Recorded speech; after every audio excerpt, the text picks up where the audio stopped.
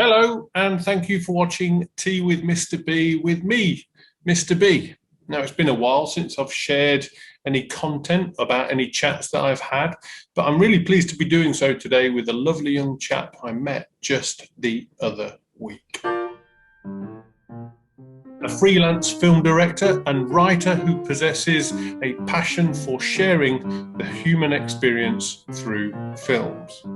Now, in summer last year, 2020, I saw a short film that my guest made, produced, acted in, and directed. It hit a nerve with me, and I have felt compelled to learn about this young man since then. So thankfully, after a bit of light pestering, he is joining me today for a virtual cuppa. Now, of course, we're virtual because we're still in the pandemic. So in a moment, I'm going to admit him to the call, and we should see a shared screen with both of us. There we go. Can you hear me there? Yeah, how are you? Good, sir. How about you? Good. It is brilliant to see you, and thank you for joining me. I'm going to introduce you to the rest of the viewers now. So, writer, director, and producer Dwayne Veritas Logan. Dwayne, thank you so much for joining me today. And it's an honor. It's good to see you without a mask. Likewise. Well, I don't know about what a human face looks like. I don't know about it with my face. Yours is a lot more handsome than mine. I just kind of did a bit there to kind of do an intro to this chat, so we'll see that in the edited version. But it was just kind of, I was just saying about this short film that I saw last year, and it hit a nerve with me, and I've been compelled to have a chat with you and get to know you, just mainly to talk about what I saw. And one of the things that I'm going to do on the edited version is show the photo of you and I that we had in the parking lot when we met the other week, where we're both masked up. And it was quite an interesting one, wasn't it, really? Because, well, for me it was, because there we were meeting for the first time. I'd pestered you a little bit on Facebook after seeing your post about your short film. And there we are having what I thought was a wonderful chat in the parking lot in the drizzling rain. There we are, both masked up. And I think I may have said, and you may have agreed with me, it would have been wonderful if we'd have recorded the chat and the conversation then, because it was just perfect in my eyes. Just a fly on the wall somewhere to just capture it all would have been great. Yeah, it would have been awesome. So I'm really excited today and really pleased. So the short film that I'm referring to for everyone is called Black Thoughts. And I mentioned that it hit a nerve with me, and it continues to hit a nerve with me, really, especially in the last couple of weeks as I've started to think about this and what to ask you, what to talk about, but also shared the short film with people with pride, just because it's kind of a bit like a message to get out there, and shared it with family and friends, really. So I think I'm going to jump straight into that and really ask where the idea came from, which is a really silly question to where the idea came from, because sadly, the obvious content is all around us. But why last year for you, and why create a short film? Sure. Man, so the answer to why last year and where the film came from and why it's short kind of forces me to go back a bit. I grew up with a father that was not in the household very much, and whenever we did see him, our experiences with him were really interesting. He was a guy that was friends with a lot of the people that put together the Black Panther chapter in Chicago. And to us, he was just consumed with these ideas about Black power and civil rights and freedom. And as kids, we look around and it's, well, do we have food to eat tonight? That's all we care about. And can we play? And can we, I don't know, do the things that kids do? And as I got older, I came to understand a bit more of what he was so passionate about, in a really unfortunate way. I think learning anything in life, you hope to get the lesson in the wisest way, which is someone just imparting the wisdom to you. Right. I started to get these lessons in very painful ways, looking around me and seeing just how much of the world was really broken and still very deeply rooted in racism. Some very personal experiences from school age all the way through adulthood just continued to pile on and pile on. And I had some life-changing experiences in probably between the end of high school and college that led me to say, hey, I think I want to devote the majority of my life to trying to help other people. And whether that be through, I guess what the best term for it would be, ministry. But I wanted to do it in a different way. I wanted to reach people in a way that was maybe a little different from the typical four walls of a church. And then within that part, and also seeing the world around me, there's just this pile-on of also feeling like I was in the twilight zone, where you see something happen in front of you and then you hear the commentary on it. And for there to be two completely polarizing interpretations of quote unquote reality, like the world of alternative facts started to really pile on. And I did some writing, and I wrote about 3 or 4 different scripts to try to articulate what I was feeling or what I was seeing, and handed that over to the guys over at Evolve Studios, Joel and Jesse Edwards. And they loved a lot of those ideas and said, yeah, we'll shoot some. And a year went by and we got some delays, and another year went by and we hit some more delays, and another year went by and we hit delays. But we said, 2020, that's the year. We're going to shoot this short. And COVID hit and wrecked everything. And I think the straws that broke the camel's back really ended up on top of the stack with, certainly with George Floyd, but Ahmaud Arbery that wrecked me. It still wrecks me. It's very, very difficult to even think about that. I can see that footage playing in my head as we speak. And man, I reached out to these guys and said, hey, I don't know if we can still shoot the scripts that I turned in, but I've got to say something. And they came back and said, hey, like, let's talk about it. And thinking along the lines of limited budgets and limited time and all of the restrictions that came about because of COVID, I started to write Black Thoughts. And it came out initially as a 5-minute read, and then a 10-minute read, and then it became a 15 and 20 and a 30. But the more and more I thought about trying to articulate what I was feeling, the more it felt like I had to at least get X amount of content in at once in order to give an appropriate amount of context to have a conversation.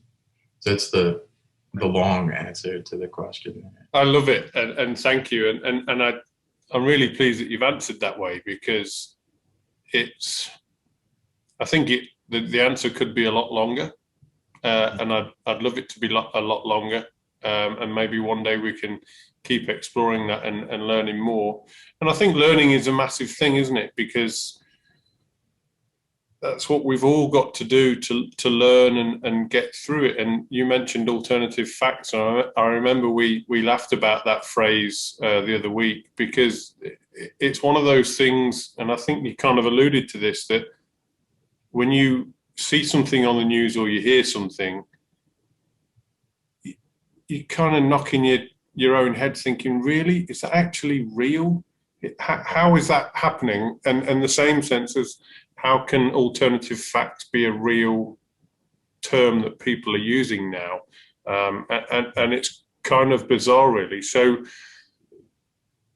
I think one thing that really stands out for me, and maybe you've been asked this, maybe you've not, but if you didn't do the narration on the short film, I don't know if it would have or would have had as much power as what it had, because your voice is so distinctive. I guess it's a bit Morgan Freeman, Samuel L. Jackson kind of niche, you know. So have you had that feedback before about your voice narrating everything that you're doing on there? I don't think I have specifically about the voice. I have been asked about whether or not it was an option for someone else to play out the scenes, but all of that just felt like it would really remove the point of the entire piece, which was to say, hey, here is a human in a very real sense placed before you. Please see this human, hear this heart. I think anything that would have come across as false or superficial would have just wrecked the whole thing. And I think the aim for the entire piece was to allow people to say, hey, it's not a thing. A black guy is not a thing. Right. It's a man. It's a Dwayne. It's a John. It's a David. And to be able to connect on a very human level, which is, I think, a large part of why there's still so much of a disconnect, because there's not a human connection. And there is a tremendous amount of effort to make it that way. I mean, that's not by accident by any means. It was all of you dive into eugenics and all of the crazy sciences that were created to say that, you know, black people don't feel pain the way that others do. Black people aren't even humans; they're animals. They're like property. It's like owning a cow. You just don't think of them that way. So the effort to rehumanize has been a real effort, and I think that was one of the main goals of the film. I think I said to you the other week, and forgive me if I keep answering or posing a question like, I think we said this the other week, and that kind of emphasizes the fact that I wish we'd have recorded what we were talking about. But I feel a bit embarrassed, or very embarrassed, to kind of talk about this subject. And I'm not sure, well, I'm definitely sure why. It's because I'm white, and I'm a privileged white man. And, you know, I'm not kind of in a position where I have to worry or suffer. And I'm not sure if I'm saying that in the right way, but I know that you know what I mean. Sure. And I think I'm a bit ashamed. Well, I'm very ashamed. And I don't know if that has any weight or volume to say that. But ultimately, I just want it to be different and better. You know, I want there to be improvement. So I think there's certainly since viewing your short film, it's kind of emphasized or ignited the fact in me that I'm passionate about what's going on and the racist issues that divide and continue to hurt. And like I say this as a privileged white man living in America. It's not, you know, it's not just America where these problems lie. It's all through the world, of course. But that privilege is me not having to worry about being pulled over by law enforcement, having racist abuse or perception for so many potential situations. So I remember I was listening to or watching Jimmy Fallon last year. I think it was near to the start of the pandemic. It was after the George Floyd situation, and I remember Jimmy Fallon said, "We need to have uncomfortable conversations," and that kind of hit a nerve with me too, because they are uncomfortable conversations, but they're not conversations that we should avoid. Most of the time, I think that when there's an uncomfortable conversation that's had, usually that's because the outcome is extremely worth it. I don't know if that's true or not. That's just my thought on it, really. But so there might be some I hope there's uncomfortable conversations that we're going to have, because there should be, to learn, for me to learn, to understand how to support and how to kind of spread the reality of what's going on. I hope. But what is your take on white privilege that I mentioned? And I think well, sorry, before you answer that, there may be viewers that are watching. I hope there's viewers that are watching that may disagree with comments that I just made and may disagree with your response. And I believe that that's okay. It's okay to disagree. However, I believe we need to be striving toward a point where we can talk maturely about disagreements with respect and with an open mind. Because once we get to that point, and someone said it on a podcast that I was listening to last night, maybe the world's going to be a better place. And that sounds really cheesy, doesn't it? But it's pretty basic stuff. If you like something and I don't, well, that's okay. If you like, I don't know, forgive me, Dallas Cowboys, and I like the Titans, it's the wrong kind of football, we know that, but that's okay. And it's a similar concept, isn't it, to a degree? You like one thing, you like the other, but underlying all of that, there are facts that you cannot escape. But I wonder if kind of entwined into that is the perception of that information that is being deemed as a fact. I don't know. I kind of going off on a really weird tangent now, so I'm going to stop my rant, give it back to you, Dwayne. The question is, what's your take on white privilege? Sorry. Sure, man. Not a rant at all. And I appreciate and value all of those thoughts so much. And I had a good friend view the film just a few days ago, and what he said, I think is so valuable in this conversation. He said, I've been taught that about white privilege. And he said, watching the film, it didn't come across as darn you people with white privilege. He said that the thing that got communicated is, oh my gosh, hang on for a second. Here is a person that does not have privileges. I think that's a really constructive way to move forward in the conversation about white privilege and things like that. Because what we don't want to do necessarily is create a different war over truth. I desperately don't want people to feel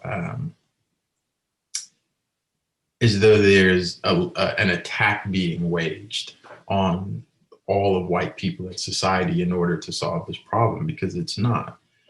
But what I do hope happens is that people that are not Black or not people that are not of color can look at facts, just facts, and dismiss all opinions, and be able to come away with the understanding of the reality that there are some things that are afforded to citizens in the United States that others don't have afforded to them. Yeah. And there's something about these quick terms, the coinage terms that bothers me, because I think it takes away from the weight needed in conversations. Like, I have a problem with the term Karen, because it just dismisses all of the history of what an allegation against a Black man or a Black woman could mean. It could be a death sentence to weaponize a police force, and to throw that into a term that's nice and catchy, and it really takes away from it, and I think it harms the overall effort. And I think, white privilege, sure, we've got to, suppose we have to call it something, but I think the it's almost been used as an antagonizing sort of thing by some people, where there are others that are really trying to use it as a very constructive thing to help identify an issue. So I don't know. I lean away from those sorts of terms as much as I can. Yeah. But the reality is, like you said, there is truth. There's the cold hard truth of the matter of how the systems and structures in society in the United States have been set up that benefit some and hold others back, and if not, at the very least, holding others back, are incredibly harmful to others. Sure. And it's just our reality. And I think, especially with Black Thoughts, part of the aim was to say, hey, can we show people the realities of those truths so that when they hear a term like white privilege, there's maybe an aha moment. Right. And do you think that the old phrase "truth hurts" really kind of links into that? Because I do, from what you're saying. Because when truth is presented, I think sometimes people can turn away from that because it's too hard to deal with. Mm-hmm. And I wonder if that's part of what's going on. And I wish I had an example to kind of talk about with that, but it's kind of gone from my head. But what do you think? Is the truth so hurtful that we can't deal with it? A bit like an uncomfortable conversation. Does it link into the fact that as a society nowadays, we're lazier than times gone past, and it's too much hard work, isn't it? I think it is. I think that's one of the biggest obstacles to try to navigate around, is the fact that the truth that in and of itself does point a finger. So I may not personally want to point a finger at anyone, but the truth will point a finger at those responsible for some very evil things that have created our reality. And yeah, I think there's this there's the defensiveness of anyone, very understandably, wanting to be able to say, well, I didn't do it, and I didn't have a slave, and I've never called anyone the N-word, and I've never used a hose to plow down a woman in the street, and I wasn't on the bridge for Bloody Sunday. I wasn't there. Yeah. And I think that defensiveness certainly removes the ability to have the rest of the conversation, because if we can get past the guilt and the shame of maybe that was my father or my father's father or my uncle, or I know people that still feel that way that are in my family that I love. If we can get past that and just look at, okay, you may not have been there, but let's have the conversation about what your role is in today's society, where a lot of those things still play a part. Yeah. Where a lot of those racist systems and mentalities are still present. And can we have a conversation about whether or not those ideas are underlying in some of your day-to-day activities, right, interactions? Yeah. And there's a good friend of mine, Danny McCracken. We had the best conversation about just the ability to pause and listen, and the ability to be able to allow oneself to be vulnerable enough to hear something that is damning. I mean, I certainly wouldn't. I'm the kind of person, I remember as a kid, my hands would shake if I felt like I offended someone. I would tremble until I resolved that. And so I get it. I get what it feels like to have this burden of guilt and shame potentially lingering around. But if it's a burden of guilt that's a reasonable one, and it has to be addressed in order to make the world a bit better, then hey, let's look at it in the eye and tackle it and keep going. And I think there's something to be said about a Matt that feels this tornado of emotions when looking at these sorts of subjects, because there's a work that has to be done that the Black community cannot do by itself. Yeah. I know that a lot of people think that racism can't possibly exist in the hearts of Black people. And so it's only on our white brothers and sisters to change it. And then you have other sentiments that say that it's only within the hearts and minds of Black people to change it. And there's just so much confusion and misinformation there. I really think that it's something that has to happen on both sides. I think there's a growth and a progress that can only happen if Matt's heart is broken over the subject, and Matt's brothers and sisters and cousins and aunts and uncles and nieces and nephews, and it really is necessary for our brothers and sisters in white communities to be with us in this heartbreak. And so to hear that there's any sort of rending of the heart on your end, it's actually really encouraging and really exciting. And I certainly would say that it shouldn't be a guilt, but it should be a heartbreak. Yeah. I think heartbreak is one of those kind of truths, isn't it, really? That's the reality and the truth of what has been going on, and unfortunately may still go on unless we do what you were referring to, brothers and sisters. And I think the embarrassment comes in because you can't change people's thoughts, can you? Unfortunately, you can't change how people act, but surely you can enlighten them a little bit. And I wonder where the education aspect comes in. Mm-hmm. And where does it need to start to sort of like get the change to happen? But I remember it brings me on to another point, and I've written it down somewhere, or probably not. But when we spoke the other week, you said if one person watches your short film, and changes the way that they think, then you've been successful. Does that sound about right to you? It does, yeah. So can you elaborate on that a bit more for me, please? Absolutely. And I'll take a step backwards first as I continue to think through the guilt topic. Because racism is so pervasive, I think it's going to hit some people and create guilt where it should create guilt, because there is a charge there where the truth finds you and it says, hey, this has been a part of you.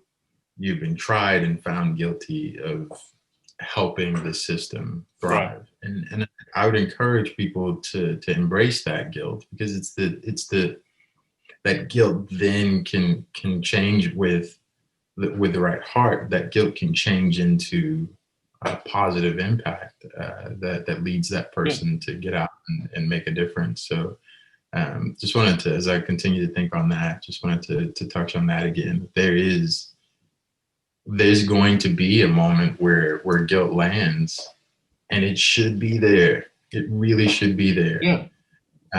With some, certainly more than others. I think there is so much subtlety to racism that allows it to be present in ways that people don't even think that it's present. And also kind of going backwards before going forwards again, back to whether or not Black people can be racist. It's realizing that like racism is not only a part of institutions, it's also interwoven into all of these really weird and strange mindsets that we have just accepted as normal. Colorism is racism, and I don't think that Black people have really wrestled with that as much as we should. where, and it was actually something that played a part into why I felt very, very compelled to make sure that I put myself on a screen, because when there's colorism from white communities to blacks, and from blacks to blacks, where I've heard people say things to me like, "Oh, well, you seem so put together, and so I would have thought you came from a really wealthy family." And there are all these underlying things there that say, well, based on the way that you speak and the complexion and the way that you carry yourself, you seem like one of the good ones. And we do that to each other as well, where, oh, well, I think there's some surprise from a lot of people that look at me and say, "You've experienced racism like that, but you have the look of one of the ones that would be accepted." So not to dive too far into that, but there's so many ways where if we allow ourselves to be, as you said, uncomfortable, we will find ourselves feeling guilty, because we'll be convicted of carrying and keeping alive these thoughts and ideas and institutions of racism in ways that we didn't think that we did, blacks and whites as a whole. But, you know, if you don't mind me interrupting there, if someone is saying you are put together and you are carrying yourself in a certain way, is that real? Are you aware of that? Is it something that is it a real thing, or is it one person kind of comparing you to someone else, or where do you think that comes from? Because if it is real and it is true that you are carrying yourself differently, what difference? I don't know. I'm just trying to understand what difference it makes, really. And there is another question that it kind of leads me on to, really, and maybe I'll ask that now, and we'll kind of flip back and forth between the comments, really. If you weren't in media, do you think you would be able to communicate the message that you've communicated effectively, or as effectively, like you did in your short film? If you weren't in media, what do you think? Because this is a thing that I've been thinking of, is that your message is so powerful in Black Thoughts, but it is extremely controlled. And I think the controlled aspect gives it so much power. Do you know what I mean? Because, for example,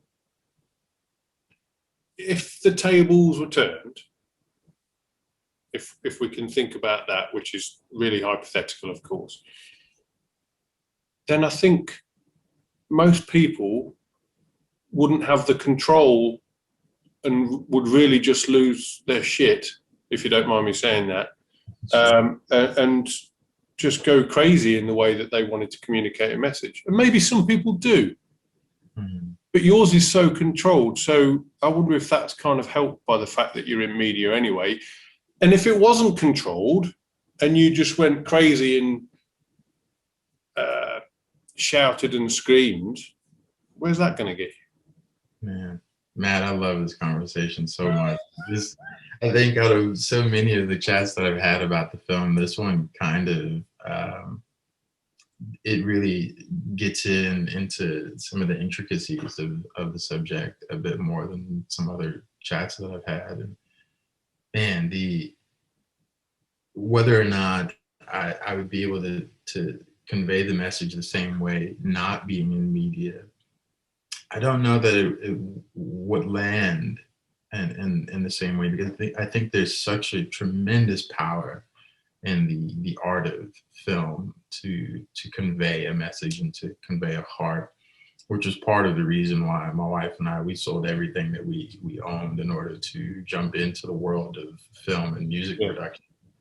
Because I really do think that it's just a vehicle that does something that can't be done otherwise.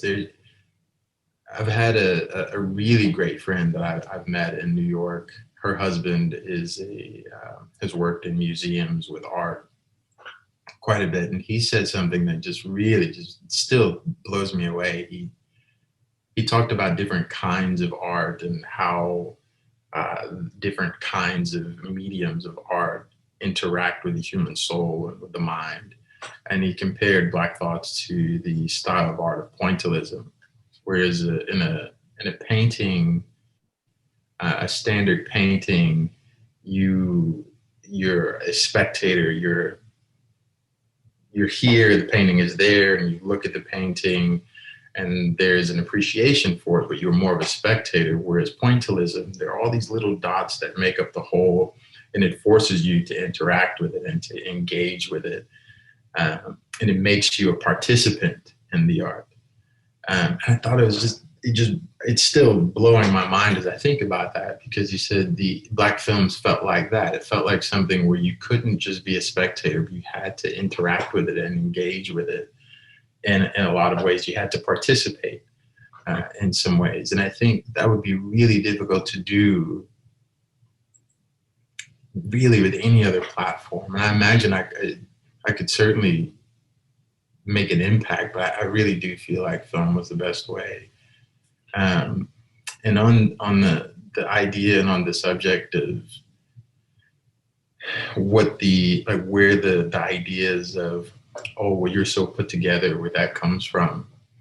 I remember in a scene from The Color Purple where the lady looks at the kid and says, and they're so clean, and they're so clean. And, you know, that scene wasn't conjured up from the mind of a writer just out of thin air. Like that's a reality, that that the stereotype is that you'll be unkempt and that you'll be poorly spoken and poorly educated and this lower class, lower rung of intelligence and of society. And there are all sorts of sciences and documents brought about to try to prove that we were lesser than human. And so when I hear things like that, oh, you're so well spoken,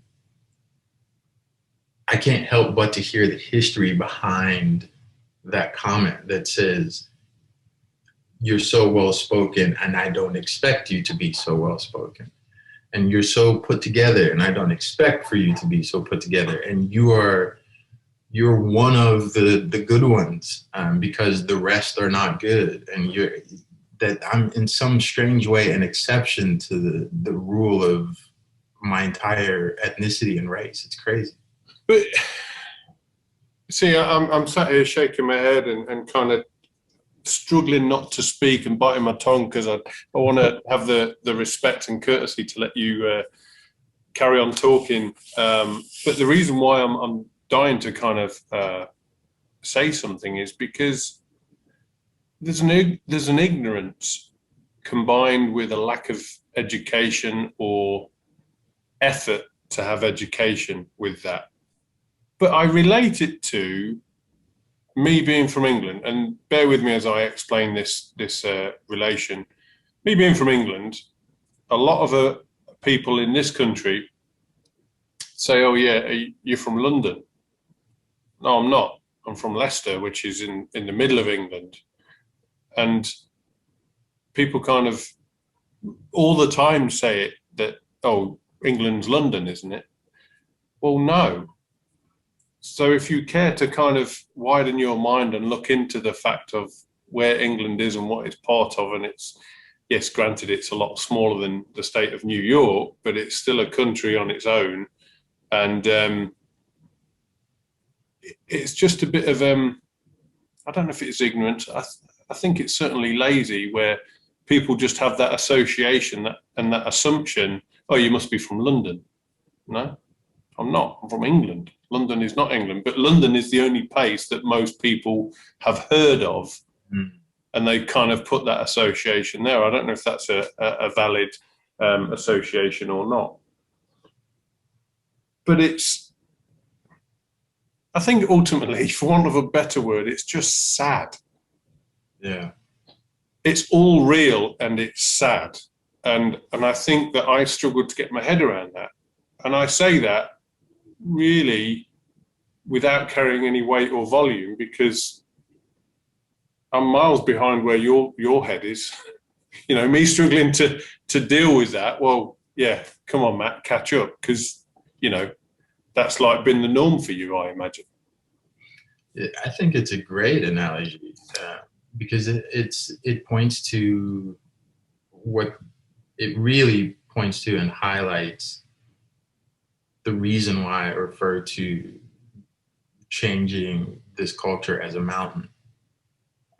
And it points to the reason why it feels like it's almost an impossibility to ever really see racism as a whole done away with, because so much of it is rooted in a lack of information.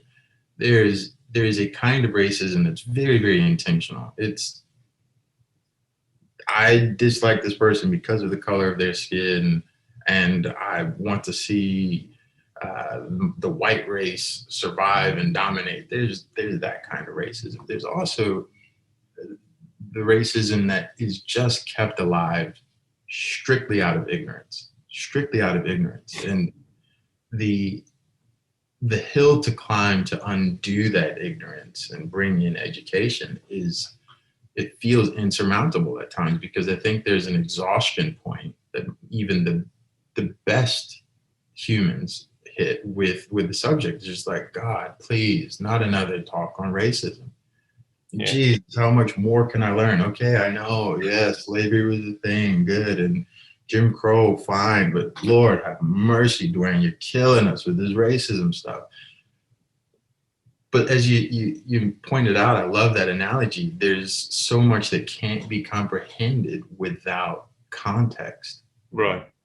And to give that context, sadly, here in America, I mean, we're having to undo literal books that have been given to kids in classrooms that rewrote history so that it will reflect something that is not true. Yeah. It's going to take a really long time to undo that. I watched a video about a nurse the other day stating that in the manuscripts that she was given as a nurse, this is one of those things that I'm dying to vet.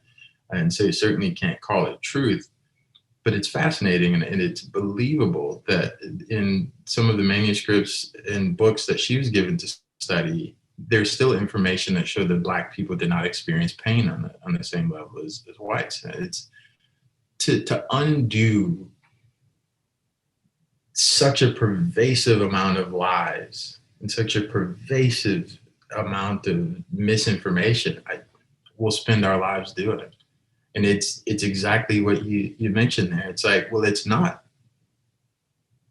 terribly difficult to go in and find information about the difference between England and London. I mean, guys, that's a couple of clicks of a keyboard away. Just please, like, do a little bit of research.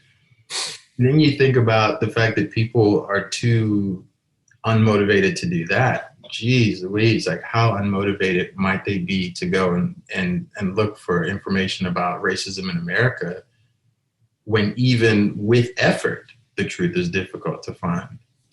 I'm going to lighten the mood a little bit and share a story that I think you're going to laugh at. And if you don't feel like you're going to laugh, just laugh for me so I feel better. But in my first job here, I decided to get a map of the USA on the wall behind me in my office cubicle, because the United Kingdom is so small, the USA is quite difficult to comprehend the size of it, right? And it works the other way, and I get that. So I started to put, I think you call them push pins, we call them drawing pins in the map to indicate where suppliers and clients were, right? Mm-hmm. So I'm trying to be fair about this. A colleague came up to me and said, "So where are you from on the map?" And I'd been there about 6 weeks. And I said, "What do you mean, where am I from on the map?" what do you mean? And they said, no, where are you from on the map? Because there's New England. I said, right. And they said, yeah, there's New England. Where are you? I said, well, there's New England. I said, if you go across that bit that's not on the map, across that big swimming pool, Man. send them over there down the corridor. And we just live in these tiny little bubbles, and it makes me put an asterisk on something I was saying earlier as well, that it's okay to not know.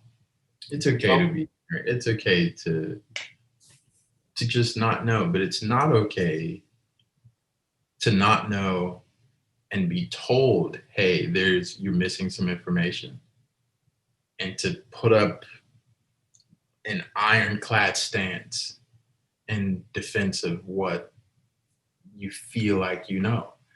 And my wife and I have this conversation all the time. It's like, it's okay to say, I need to do some homework on that. That's okay. It's okay to not know. And there's this arrogance in just human nature. That's where this embarrassment of education seems to exist. And I've never really understood that. And again, it makes me think of a conversation I had with a friend of mine, Danny, where we talked about maybe once upon a time, philosophy was more important to teach students than how to solve this math equation. Right. We're understanding how to communicate with people and understand other souls and how to navigate life with morality and figuring out the complexities of human characteristics. I wish that was a really big part of the U.S. education system. Right. Because there seems to be this hatred for learning, and it's really, really confusing. Yeah. To carry on lightening the load, the same person, when Nelson Mandela passed away, and somebody had said it in the open office, and they said, the person announced it, said, oh, Nelson Mandela's passed away. And the same person said, was he a WWF wrestler? Oh my God. Where do you go from there? All right. This is where we go. As we carry on, I read an interview with the late John Lewis in Men's Health magazine. It's very short, but I think it's really powerful. And he talks about his mother saying over and over again, don't get in trouble. And I'm going to read, I've got the magazine here, don't get in trouble. And he says here, but I was inspired by Dr. Martin Luther King Jr. and Mohandas Gandhi to get in what I call good trouble. And I thought that was really interesting to hear that, because he was driven, to make change. And I like the fact that he was saying it was good trouble, and I kind of interpret as worthwhile trouble, because it says here, he's been arrested 45 times in his 80 years. He's been beaten. Of course, I'm not going to read those bits because we know all that. We don't need to remind ourselves of the disgusting experiences he had. Another thing, he didn't want to get killed, but as a freedom rider fighting for lunch counter integration in 1961, I came to the conclusion that this may be the price that I have to pay a people and our movement to move this nation closer to a society based on justice that values the dignity and the worth of every human being. We had to do what we could to redeem the soul of America. And then the other one that I thought was really interesting, we may not have lost our way as much as we have elected individuals who are only concerned about their own individual interests and not about the interests of people. That's why we must not give up on politics. We cannot let the forces of division, violence, and hatred win. And this is the bit that I really like. We must pull together, work together. And that's the bit that I want to focus on there, because it's pretty basic stuff that he's saying, yeah, I think we've lost our way in where the important things lie. And I've left that page open because I've circled the bits there because I just thought it was remarkable to read about that. And obviously you know about those things, but I just felt it really important to share with you. I love that. And John Lewis is, I think we all have those figures where their life comes to an end, and we somehow imagine that the stars would have aligned for us to some way, somehow cross their paths and to have shaken a hand. Or John Lewis was one of those people for me, where I hope that maybe someday I could just meet him and say thank you for the fight that he fought. And so many of those words, I think, will be really important for American history going forward. And well, I wonder if that time does not arise in whatever shape or form, that you are aware that your message is kind of getting you closer to that shaking of hands with the late John Lewis.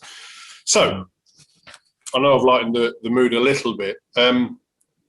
You kind of touched on this a little bit, and I wrote it like this. At some point, I believe there needs to be a time to switch off and relax. And you kind of mentioned about people saying, oh, God, give me a break, Dwayne, from everything that you're talking about. But are you able to do that? And if so, what do you do to switch off and relax?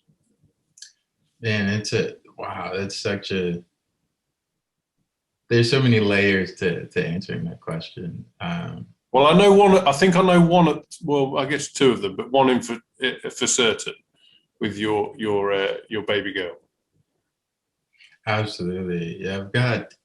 I've been so blessed with two gorgeous and healthy little girls. Two baby girls. Sorry, I forgot. Yeah.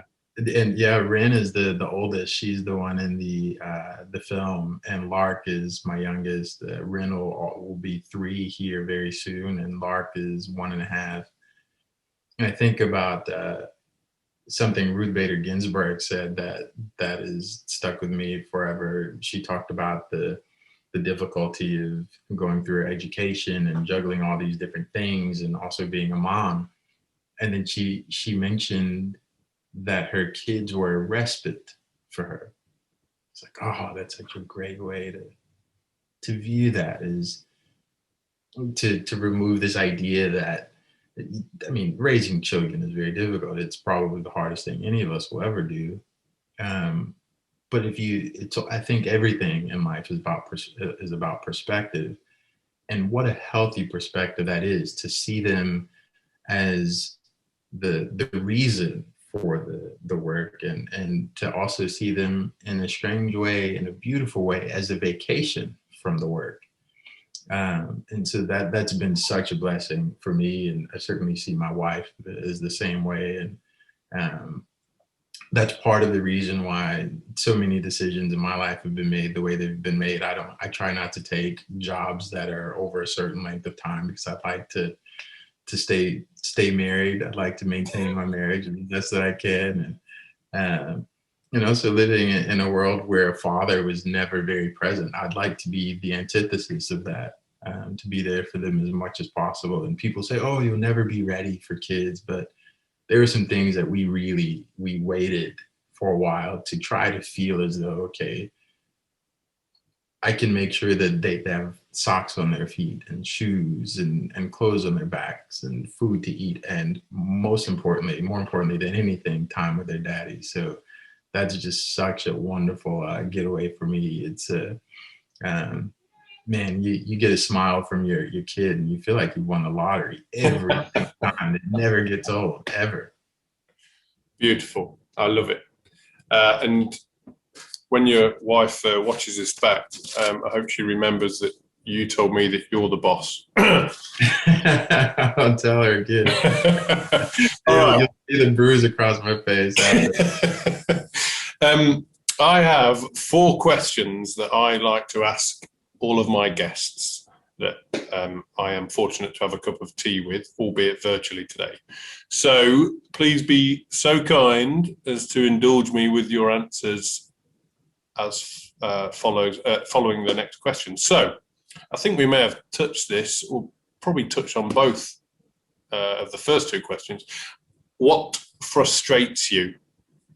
I think willingness and lack thereof, to see such a tremendous amount of willingness from some people to really engage in this kind of dialogue and engage in what really is the biggest fight for equality and equity that we'll see in this country. And then the lack of willingness from some people, especially when they're close to the heart, when it's people that are relatives and friends and coworkers. And I think there's something to be said about when you really love a person and know a person, there's this thing that happens in your mind where you just assume the best of people.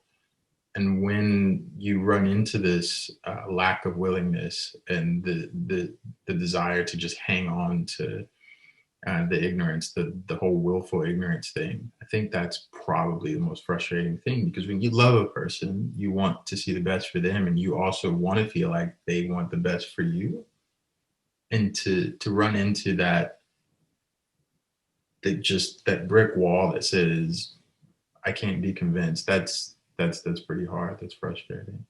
Okay. Wow. Thank you. I'm reading my questions here. What warms your heart and makes you smile? And I think we kind of touched on that, but I wonder if there's another answer for that question.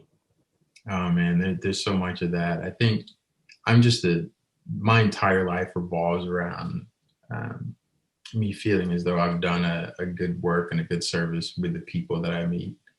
And so I don't know that there's anything that's as heartwarming as moments like this, moments with my kids, moments with other humans, where you feel like in this very finite life that we've been given, we've managed to connect in some way to make something better and to move something forward. I do a study with some friends, and it caused me to recall a gentleman that I met in college. This homeless fellow named Willie outside of a grocery store. And I blinked, and before you know it, Willie and we were just all over the place together. I was like, come here with me, and let's go over here and do this and do this and do this. And I would have, at the time, I probably didn't have much more financially than he did as a very poor college student, but I would have given my arm to see him okay.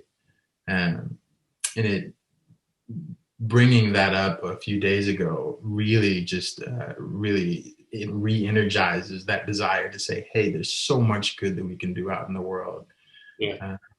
Makes me want to partner with as many people as I can to do that good. And that's what gets me out of bed in the morning. Oh, I love it. Fantastic. All right. What are your home improvement skills like? Oh man, I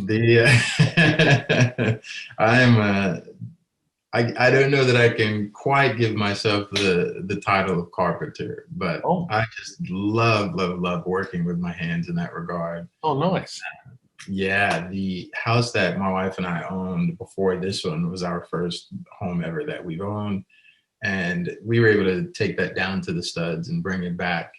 And it really created a wonderful cushion for us financially in life to be able to move into this house. Yeah.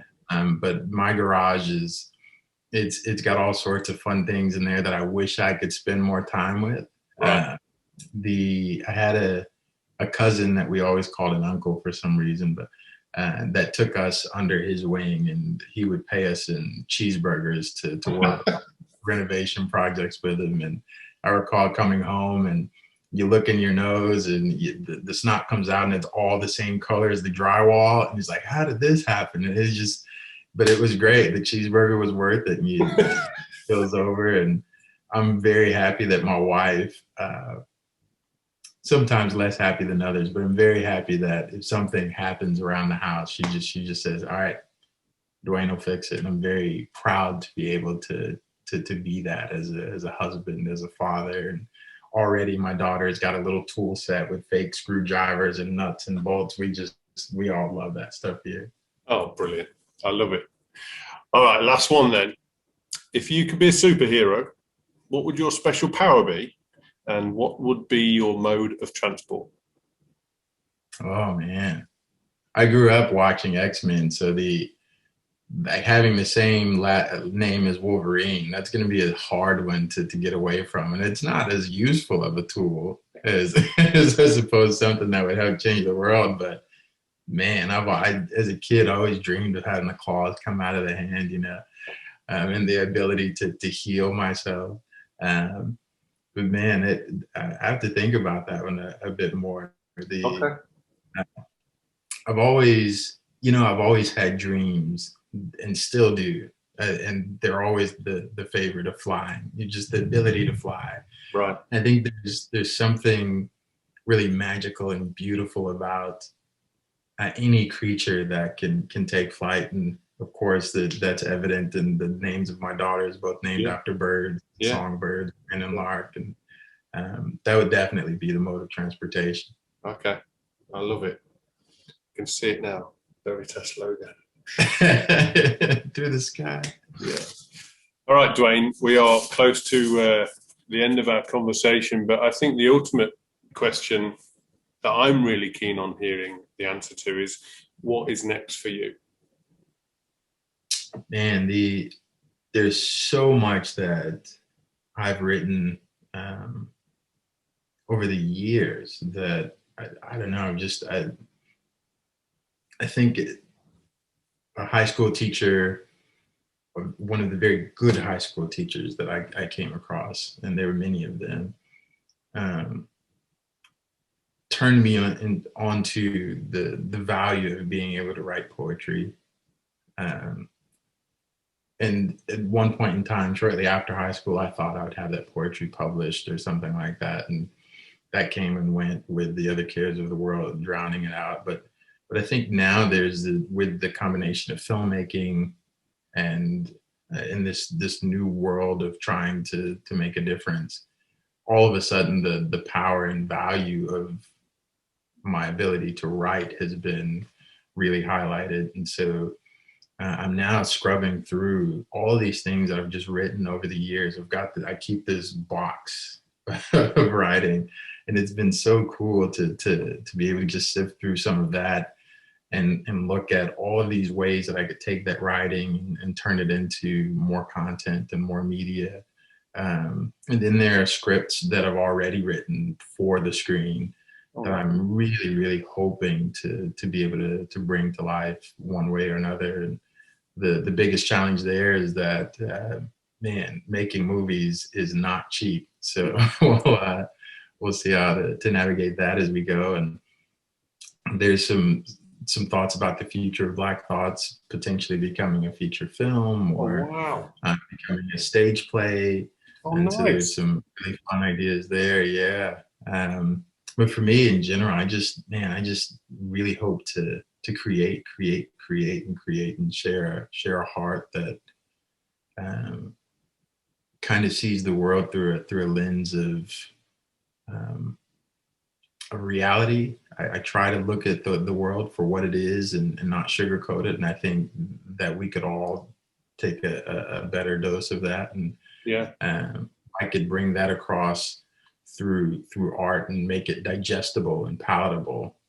I think that's the goal overall. Well, keep doing what you're doing, Dwayne. And obviously, make sure you get that part for the British mail. That would be lovely. If you could do that, please keep me in your thoughts. I can see it already. We'll do it. Yeah, I hope you do. And I really genuinely have enjoyed our chat today. I think it's gone on longer than what I anticipated. And I say that because I'm conscious of your time, but I'm extremely grateful. It's been such a pleasure. I could carry on talking to you for hours. It's just beautiful. So I'm really grateful. Thank you for joining me today. I'm really, really impressed that you've got the cup of tea there as well. I hope that was enjoyable to you. I'll finish mine, but cheers to you.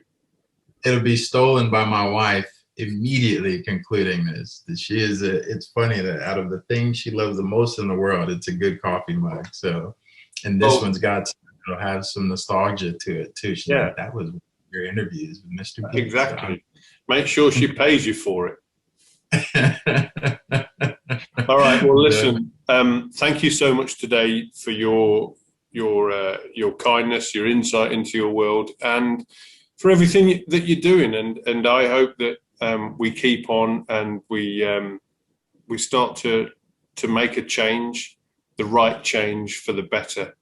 And I'm going to keep texting you and checking in with you and seeing how you're doing. And thank you so much. And please do, and likewise. Thank you so much for having me. Looking forward to the future, my friend. Yeah, man. Take care. All the best to you.